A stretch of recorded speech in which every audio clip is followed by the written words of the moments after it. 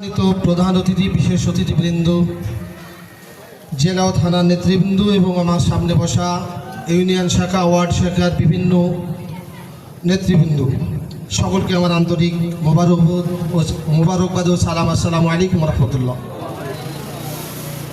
ইসলামী আন্দোলন বাংলাদেশ এমন একটা সুশৃঙ্খলা দল,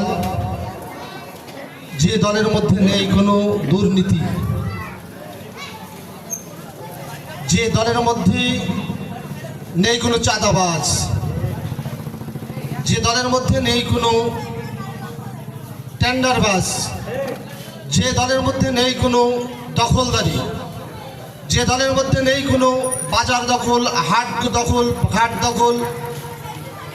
এই দলের মধ্যে সারা বাংলাদেশের মধ্যে খোঁজ করলে একজনকে পাওয়া যাবে না। কথা বলেন ঠিক না বেঠিক?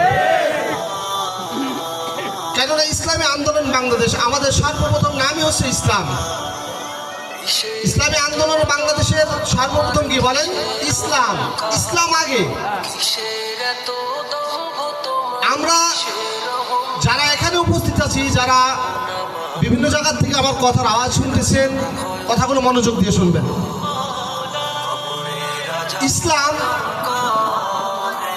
দুনিয়াতেও শান্তি এবং আখেরাতে কামিয়াবি আনে। যার ভিতরে পরিপূর্ণ ইসলাম থাকবে, যে পরিপূর্ণ দিন ইসলাম নিয়ে কবরে যাবে, আল্লাহ সুবহানাহু ওয়া তাআলা ওই ব্যক্তিকে জান্নাত দিবেন। বলেন আলহামদুলিল্লাহ। আল্লাহ তাআলা তার কালামের মধ্যে উদখুলু ফিস-সিলমি কাফা,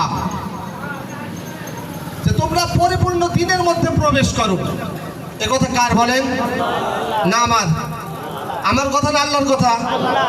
আল্লাহর কথা, উদখুলু ফিস-সিলমি কাফা, তোমরা পরিপূর্ণ দিনের মধ্যে প্রবেশ করো। ইসলামী রাজনীতি করবো কেন আমরা?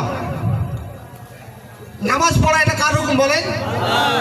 রোজা করা, হজ, যাকাত, আল্লাহর জমিনে আল্লাহর দ্বীন কায়েম করা, চেষ্টা করা, এটা কার হুকুম?